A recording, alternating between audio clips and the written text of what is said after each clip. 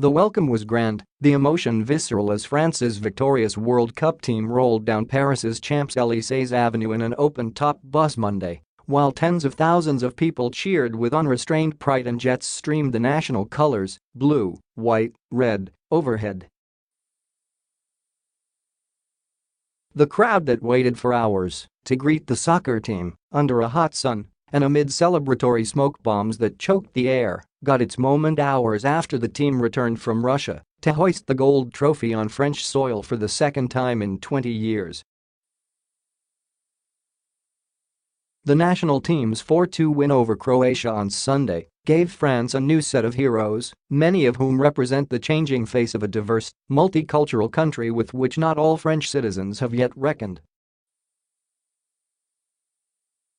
The red carpet welcome for the World Cup winners continued at the Elysee Palace, where President Emmanuel Macron threw an informal garden party that had 1,000 children and 300 athletes from local soccer clubs as guests.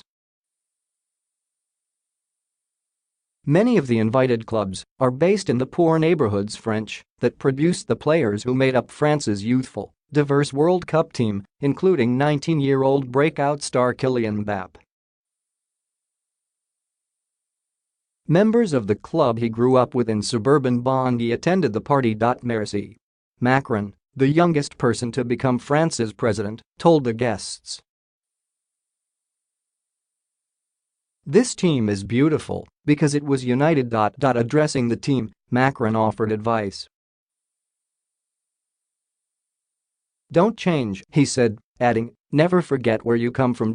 Team captain and goalie Hugo Lloris, brandishing the trophy from soccer's eminent tournament, and coach Didier Deschamps led the team onto the red carpet at the Elysee courtyard.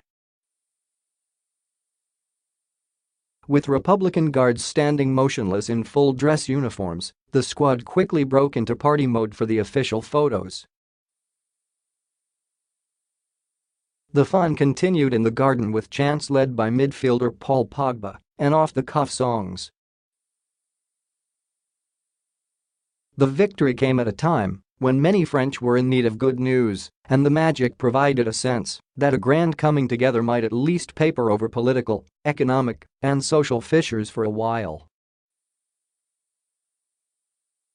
Eternal happiness read Monday's headline in French sports daily L'Equipe, summing up the mood of many who hoped the euphoria would last.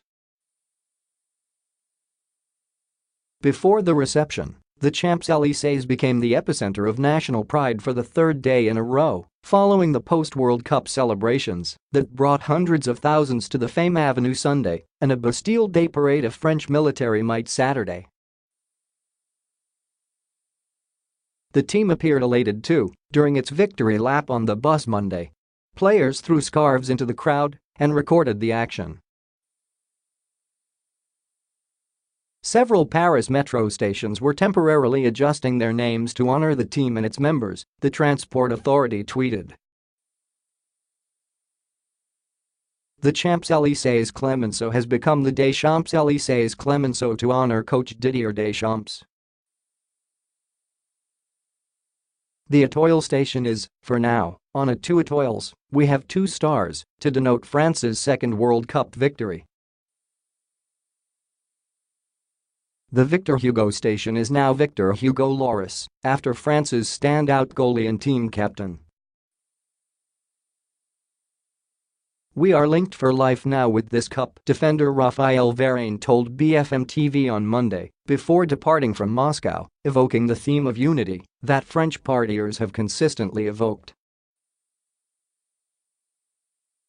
Macron exulted on the field in Moscow and in the locker room, hugging players as they received their medals even as the skies poured rain. The president clearly hoped the World Cup glow would rub off on him, raising him up in the eyes of a nation where his economic reforms have drawn fierce protests and labor strikes. He meets Tuesday with business representatives and an eye on mobilizing them in needy neighborhoods of France. It was the players, though, who captured the French imagination. Sports Minister Laura Flessel, who met the team at the airport, told Europe 1 Radio that the World Cup victory allows France's youth, like those in the poor suburbs, where many of the players grew up, to dare to believe in their dreams. The patriotic fervor sparked by the World Cup did not prevent the vandalism and violence that sometimes accompany public celebrations in France.